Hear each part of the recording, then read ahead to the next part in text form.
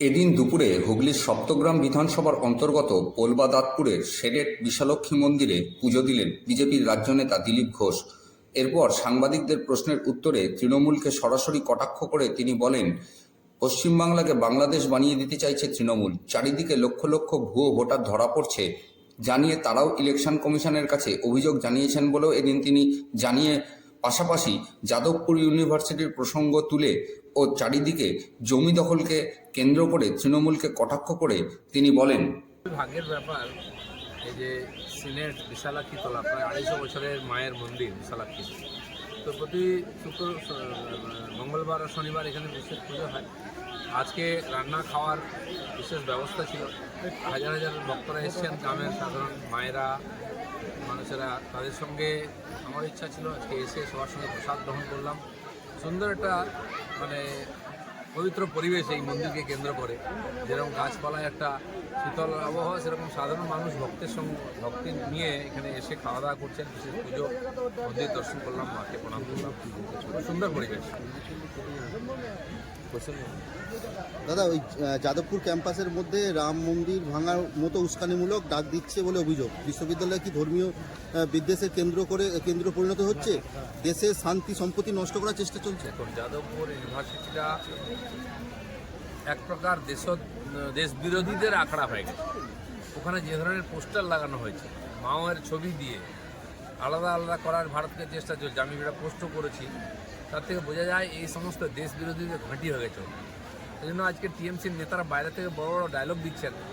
কেন ওখানে পুলিশ প্রশাসন গিয়ে এই সমস্ত যারা উৎপাত করছে তাদেরকে ব্যবস্থা নিচ্ছেন, আইনের আড়ালে নিয়ে আসছে না কেন আইনের সামনে? এটা না করতে পারলে যাদবপুরের মতো একটা ঐতিহ্যশালী প্রতিষ্ঠান নষ্ট হয়ে যাবে। সেটাই আমাদের চিন্তার বিষয়।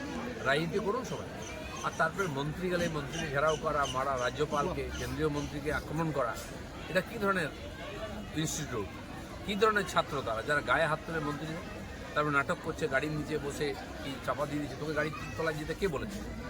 এই ধরনের যারা উদ্বৃত্ত, এই ধরনের যারা দুষ্টতাকারী, তাদেরকে শিক্ষা ব্যবস্থা থেকে আলাদা করতে হবে। কিছু লোকের জন্য ইউনিভার্সিটি বদনাম হচ্ছে, পশ্চিমবঙ্গ বদনাম হচ্ছে।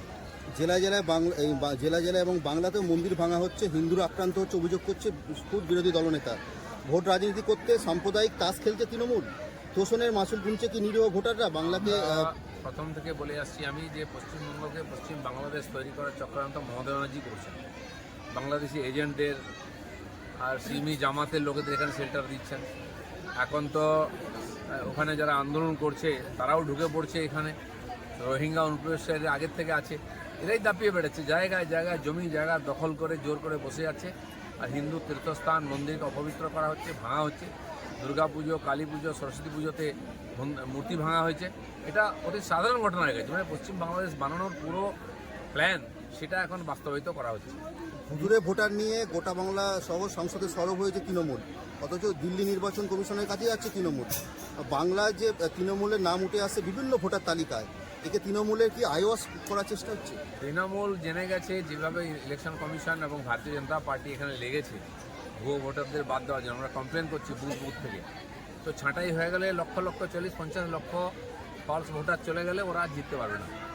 যে ব্যানার্জি না মুখার্জি, নরেন্দ্রনাথ, আর যে ওখানে এমএলএ আছেন পাণ্ডবেশ্বরের, সে বড় বড় কথা বলছেন যে বহু ভোট দিতে হাত পা ভেঙে দাও। দেখাল তার বাবা মারা গেছে, অথচ তার ভোটার লিস্টে নাম আছে। তো এগুলো বোঝাই যাচ্ছে চালাকি করে আমাদের বিভ্রান্ত করার চেষ্টা চলছে, এবং আরও 5-6 হাজার ভোটার প্রত্যেক বিধানসভায় ফলস ভোটার তোলা হবে, সে চক্রান্ত চলছে। মুখ্যমন্ত্রীর কাছে নওশাদ সিদ্দিকী দেখা করেছেন কালকে। সিদ্দিকী কেন গেছে এটা ওদের ব্যাপার। মুখ্যমন্ত্রীর সঙ্গে যে কেউ দেখা করতে পারে। আমাদের মুখ্যমন্ত্রী গিয়ে প্রধানমন্ত্রীর সঙ্গেও দেখা করেন। এটা প্রশ্ন হচ্ছে পশ্চিমবঙ্গের কী প্রস্তুতি চলছে। বিজেপি ছেড়ে তাপসী মণ্ডল আবার তৃণমূলে।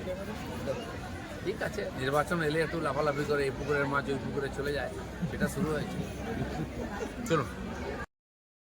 হুগলির সেনেট থেকে প্রবীর বসুর রিপোর্ট, সংবাদ 24।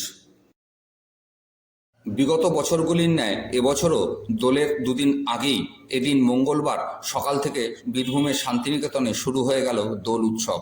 এদিন শান্তিনিকেতনে দোল উৎসবের সূচনায় উপস্থিত ছিলেন শান্তিনিকেতনের উপাচার্য সহ বিভিন্ন শিক্ষক শিক্ষিকারা এবং শান্তিনিকেতনের পড়ুয়ারা। এদিন পড়ুয়ারা খোলদার খোল লাগলো যে দোল সঙ্গীতের তালে তালে নৃত্য পরিবেশন করে উৎসবের শুভ সূচনা করেন। প্রবীর বসুর রিপোর্ট, সংবাদ 24।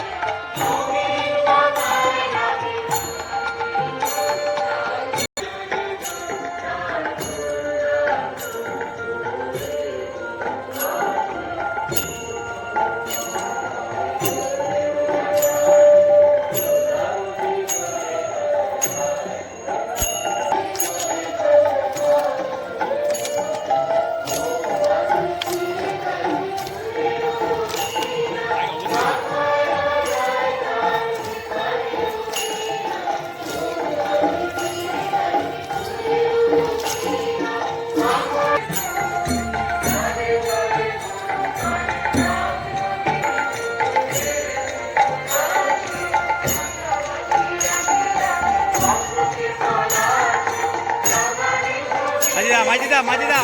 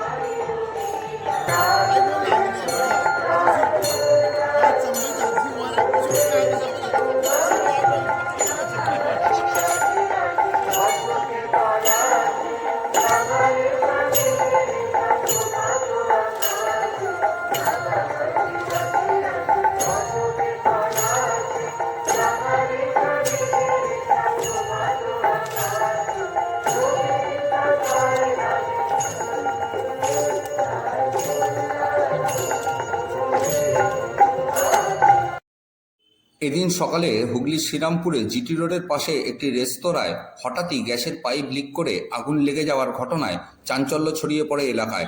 আশেপাশের দোকানদার ও আবাসনের বাসিন্দারা ছোটাছুটি শুরু করে দেন। আবাসনের ঘর ছেড়ে রাস্তায় বেরিয়ে আসেন বাসিন্দারা। খবর পেয়ে শ্রীরামপুর দমকল বিভাগের দুটি দমকলের ইঞ্জিন এসে আগুন নিয়ন্ত্রণে নিয়ে আসে। শ্রীরামপুর থেকে প্রবীর বসুর রিপোর্ট, সংবাদ 24।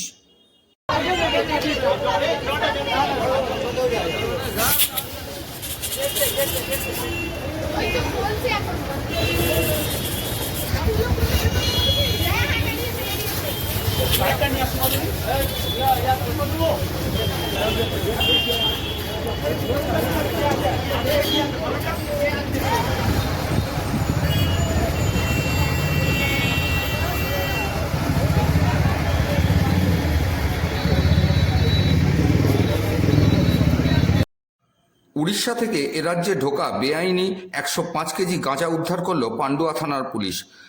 গোপন সূত্রে খবর পেয়ে পান্ডুয়া থানার পুলিশ অভিযান চালিয়ে 105 কেজি গাঁজা সহ 4টি গাড়ি এবং গাড়ি থেকে প্রায় নগদ 3 লক্ষ টাকা উদ্ধার করে। এই ঘটনায় 7 জনকে গ্রেপ্তার করেছে পান্ডুয়া থানার পুলিশ। ধৃতদের মধ্যে একজন মহিলা ছাড়াও কয়েকজন উড়িষ্যার বাসিন্দা রয়েছেন। এদিন তাদের চুঁচুড়া আদালতেও তোলা হয়। পরে এ বিষয়ে হুগলি জেলা গ্রামীণ পুলিশের ডিএসপি ক্রাইম অভিজিৎ সিনহা মহাপাত্র বলেন, দেখুন, আমাদের কাছে একটা সোর্স ইনফরমেশন ছিল যে উড়িষ্যা থেকে কিছু গাঁজা আমাদের এখানে আমাদের ক্রাইম জোনের মধ্যে মগরা পান্ডুয়ার মধ্যে কোথাও গিয়েছে ডেলিভার হবে। এই মোতাবেক সোর্স ইনফরমেশনটাকে আমরা সেটাকে ট্রাই করি এবং আমরা দেখি যে দুটো গাড়ি অলরেডি আসছে, সেটা আমরা খবর পাই, আমরা চেজ করি। এই যে আমাদের এই যে টোটাল চেজটাতে, টোটাল এই যে ব্যাপারটা ছিল, আমরা দেখি যে আমরা খবর পাই, ইনফরমেশন পাই। এই ইনফরমেশনটাতে আমাদের সাথে আইসি মগরা, সিআই মগরা, আমি ছিলাম, ওসি পান্ডুয়া আছে এবং অন্যান্য বহু অফিসার এন্ড আদার সবাই জড়িত ছিলাম। লাস্টলি আমরা যখন ইনফরমেশনের উপর বেস করে আমরা এখানে পৌঁছাই। এখানে পৌঁছে আমরা আন্ডার ভিডিওগ্রাফি যে প্রসিডিওর আছে সেই প্রসিডিওর মেনটেন করে আমরা গাড়িগুলোকে ডিটেন করি। ডিটেন করার পর টোটাল প্রসিডিওর অনুযায়ী আমরা in presence of executive magistrate আমরা টোটাল যে সিজার প্রসিডিওর আছে সেটা কমপ্লিট করি এবং এই টোটাল প্রসিডিওরে আমরা প্রায় 103 কিলোর মতো আমরা গাঁজা সিজ করেছি, প্রায় 2,99,000 মতো টাকা আমরা সিজ করেছি, 4টে 4 হুইলার গাড়ি আমরা সিজ করেছি। আর আমরা টোটাল এখনো পর্যন্ত আমরা 7জন পার্সনকে আমরা অ্যারেস্ট করি। এটা একটা গুড বড় সাফল্য আমরা বলতে পারি, এটা আমাদের একটা গুড অ্যাচিভমেন্ট। Thank you. দেখুন, সোর্স ইনফরমেশন ছিল, সেই সোর্স ইনফরমেশনটাকে আমরা ওয়ার্কআউট করেছি। সেই ওয়ার্কআউট করার পর আমরা যে প্রসিডিউর ছিল সেটাকে অ্যাপ্লাই করে আমরা এটা সাফল্যটা। আর এটা কি, এই ব্যবসাটা কে করতে স্যার? এটা দেখুন, এটা ইনভেস্টিগেশনের একটা পার্ট আছে। যাদের কাছ থেকে যাদের এক্সক্লুসিভ পজিশন আমরা পেয়েছি এখন তারাই করতো এবং তাদের কাছ থেকেই আমরা পেয়েছি একদম প্রপারলি প্রসেস মেনটেন করে। বাকি যে সমস্ত আঙ্গিকগুলো আছে সেগুলো আমরা খতিয়ে দেখছি, যেমনভাবে সামনে ইনভেস্টিগেশনে বেরিয়ে আসবে সেটাকে আমরা সেভাবে প্রসিড করবো। গোডাউনের ভিতরে গাড়ি ছিল, গাড়ির ভিতরে আমরা মালগুলো পেয়েছি। কিছু গাড়ি দিলাম তো উড়িষ্যার নাম্বারেরও গাড়ি আছে, বাইরে থেকে এগুলো? উড়িষ্যা থেকেই মালগুলো এসেছিল সম্ভবত, এবং ওই গাড়ির নাম্বার প্লেট যেটা ছিল, দুটো গাড়ির নাম্বার প্লেট উড়িষ্যা আছে। আর বলছি স্যার, যাদেরকে গ্রেপ্তার করছেন তাদের মধ্যে কেউ কি উড়িষ্যার কোনো বাসিন্দা রয়েছে? হ্যাঁ, যাদেরকে গ্রেপ্তার করা হয়েছে তাদের মধ্যেও আমরা এই মুহূর্তে ডিটেইন করছি, তাদের উড়িষ্যার বাসিন্দাও আছে।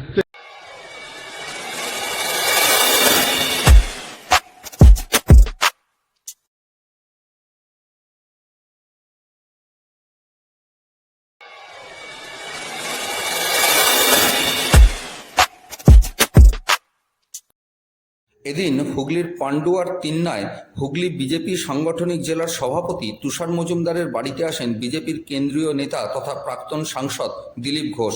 সেখানে দলীয় কর্মীদের সঙ্গে হাত ছিপে পুকুর থেকে ছোট বড় বিভিন্ন ধরনের মাছও ধরেন। পাশাপাশি সাংবাদিকদের প্রশ্নের উত্তরে বলেন, 2026-এর আগে বড় মাছ ধরার প্রস্তুতি নিচ্ছি। এমনকি হলদিয়ার বিজেপি বিধায়কের তৃণমূলে যোগদান প্রসঙ্গে বলেন, গত ভোটের আগেও বহুজন বিজেপিতে এসছে, তাদের টিকিট দেওয়া হয়েছে, কেউ জিতেছে, কেউ হেরেছে, আগামী দিনেও আসবে। ভোট আসছে, এখন থেকেই দলবদলের খেলা শুরু হয়ে গেছে। পাশাপাশি তিনি আরও কি বললেন শুনে নেব। সেই উপলক্ষে আমাদের মগরাতে জেলা প্রেসিডেন্ট তুষার মজুমদারের বাড়ি আসার ডিউ ছিল, এলাম। তাদের এখানে মাছ ধরাও প্র্যাকটিস হলো, অনেকে স্থানীয় লোকেরা ছিলেন। এখানে যে জলা এখানে আছে না, বালি খাদান, বিশাল গভীর গভীর বড় বড় মাছ আছে বলে, তার জন্য আলাদা টেকনিক লাগাতে হয়। আমরা সে পুঁটি থেকে আরম্ভ করে রূপচাঁদ সব মাছই ধরলাম, ধরলেই ধরা পড়লো। হ্যাঁ, বলছি 26-এর আগে কি আরো কি বড় কিছু উঠবে? বড় মাছই ধরো, প্র্যাকটিস চলছে। আচ্ছা, আর বলছি 26-এর আগে পদ্ম ফেলে তাপসীর হাতে জোড়া ফুল, কি বললো?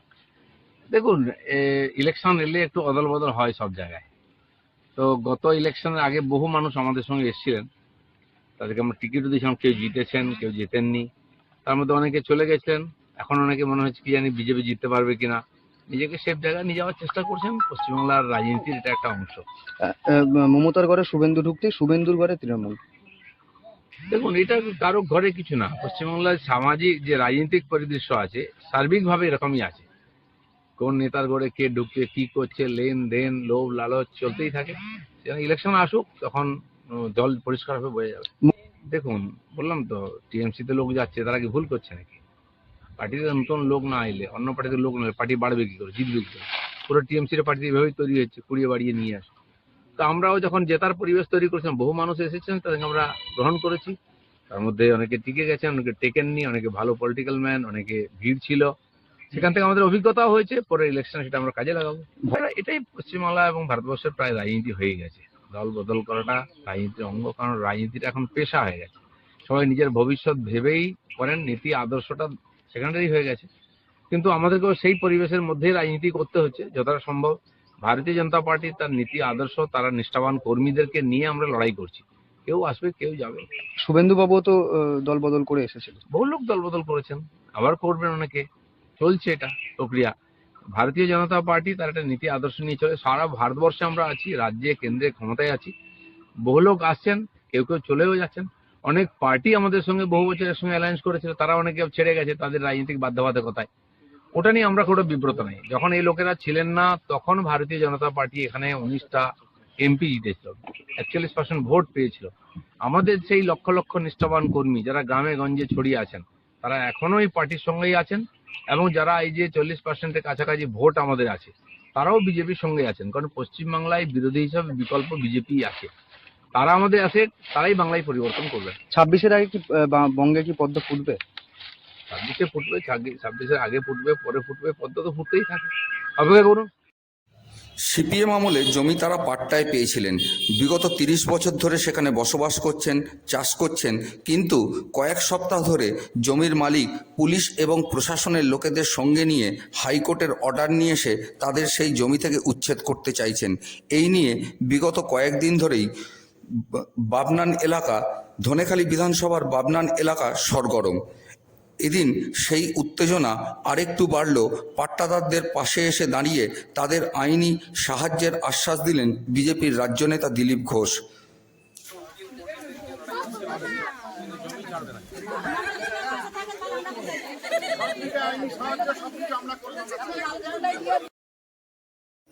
এ বিষয়ে জমির কয়েকজন পাট্টাদার এদিন জানান,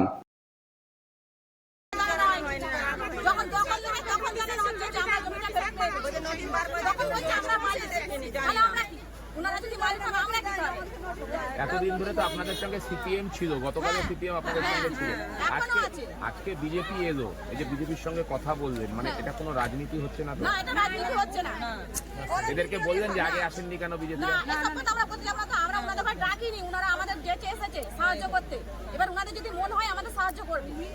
কি বললো? উনারা সাহায্য করবেন বলেছেন, সাহায্য করো বলে, যেমন সিপিএম করছে উনারা করো তোমাদেরকে। মানে আপনারা কি জমি ছাড়বেন না তো? না, আমরা ছাড়বো না, আমরা ওইটা করে খাচ্ছি, আমরা কি তাহলে খাবো? কিন্তু জোর করে, কিন্তু যদি জোর করে জমি কেড়ে নেওয়া হয় তাহলে কি করব? ছাড়বো না, জোর করে উনারা জোর করে দিতে পারে, আমরাও জোর করে দিতে পারবো। তাহলে কি আন্দোলন হবে? হ্যাঁ, আন্দোলন চলবে, আন্দোলন চলছে। কি নাম আপনার? শেফালি রায়। শেফালি রায়। আপনারা পাট্টা পেয়েছিলেন? হ্যাঁ। কতখানি জমি? আমাদের 5 কাঠা। সবাইকে মিলিয়ে যেটুকু হয়, কারো 5 কাঠা, কারো 10 কাঠা, কারো 15 এরকম ভাবে দিয়েছে। লেখা আছে যে এটা হস্তান্তরযোগ্য নয়, কেউ এই জমি হাত দিতে পারবে না। এই যে তার পাট্টার কাগজ, হাইকোর্ট ওরা যেটা অর্ডার করেছে সেই অর্ডার যে এক্স পার্টি অর্ডার, এখানে যারা এখানকার পাট্টা পেয়েছে তাদের কাউকে এখানে যে পার্টি করেনি, এক্স পার্টি করে তাদেরকে না জানিয়ে শুধু ক্ষমতার দখল দেখিয়ে তারা চুপি চুপি বিএলআরওর সঙ্গে রিপোর্ট নিয়ে এটা তৃণমূলের একটা চক্রান্ত, এইভাবে তাদেরকে বাস্তুচ্ছেদ এবং জমি থেকে উচ্ছেদ করতে চাইছে।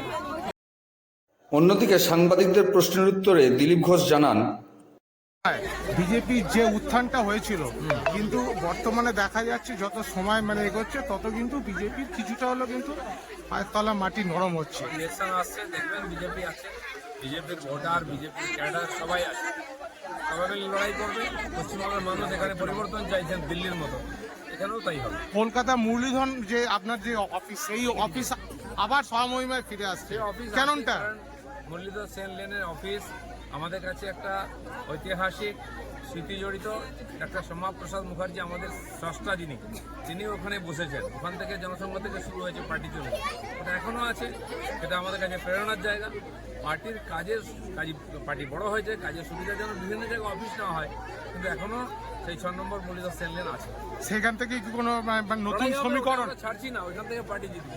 আরেকটা বলছি, রাজ্য সভাপতি কবে ঘোষণা হবে? সেটা আমি বলতে পারবো, নাড্ডাজি বলতে পারবো। বলছি দাদা, আজকে পানিহাটির চেয়ারম্যানকে পদত্যাগ করার নির্দেশ দিয়েছেন এবং ববি হাকিম ফোন করেছিলেন, তিনি নাকি জানিয়েছেন যে মুখ্যমন্ত্রী মমতা বন্দ্যোপাধ্যায়ের ইচ্ছা আপনি পদত্যাগ করুন, দুর্নীতির অভিযোগ উঠেছে। আর ইচ্ছা, দুর্নীতি ধরতে গেলে তো সমস্ত চেয়ারম্যানকে পদত্যাগ করতে হবে, মেয়রকেও করতে হবে, কিন্তু করবে কি? লোক দেখানোর জন্য একজনকে গড়িয়ে নাই, তাহলে পার্টি উঠে যাবে, ঠক বাঁচতে গেলে তো গাঁও উজাড় হয়ে যাবে। এটা টিএমসি আজকাল, দুষ্টতাকারী, সমাজ বিরোধী, চোর, সব টিএমসিতে। তেমন গুলি বন্দুক চলছে, খুন খারাপি হচ্ছে নিজেদের মধ্যে, অন্যের বাইরের লোককে লাগতে হচ্ছে না। তো সেই জন্য আজকে পার্টিটা এরকম অবস্থায় আছে, মানুষ বুঝে গেছে, তাই 26-এর অপেক্ষায় আছে সবাই। বলছি আজকে এখানে এলেন, দেখলেন, কথা বললেন, কি বলবেন? এখানে প্রায় 170টা পরিবার আছে যারা সেই সময় বামফ্রন্ট আমলে যাদেরকে জমি দেওয়া হয়েছে, এখানে পাট্টা দেওয়া হয়েছে, পাট্টার কাগজ তাদের হাতে আছে, ওরা জানেই না কোথা থেকে পাট্টা নাকি আর ক্যান্সেল হয়ে গেছে। তাই এখানে জোর করে পুলিশ পাঠিয়ে জমি দখল করার চেষ্টা চলছে, ওনারা বাধা দিচ্ছেন।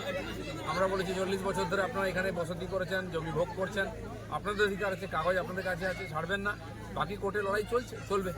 সিপিএমের আমলে কিন্তু এই পাট্টাগুলো ক্যান্সেল করেছে 2002 সালে, এবং তাহলে তখন থেকে কেন সিপিএম এই বিষয়টা নিয়ে লড়াই করে? কেন ক্যান্সেল হয়েছে, কি ব্যাপার, কোর্টের ব্যাপার আছে, হবে সেটা, কিন্তু না জানিয়ে কারো পাট্টা ক্যান্সেল করে দিলে কেউ, এটা তো হতে পারে না। বাবনান থেকে প্রবীর বসুর রিপোর্ট, সংবাদ 24।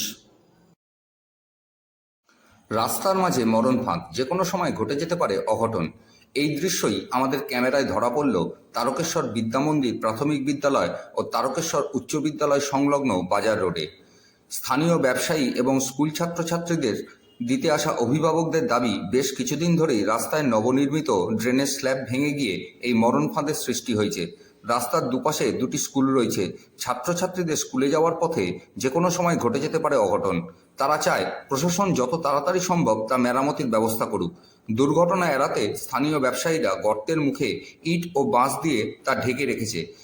এ বিষয়ে সাংবাদিকদের মুখোমুখি হয়ে তারা কি বললেন শুনে নেব।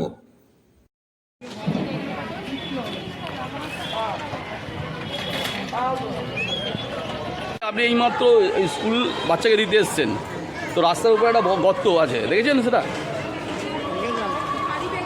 তো যে কোনো সময় বাচ্চা যদি বাই চান্স যদি পড়ে যেত তো অঘটন ঘটে যেতে পারে। কদিন দেখছেন এই গর্তটা আছে? আমি আজকে আসছি। আজকে আসছে আসেনি।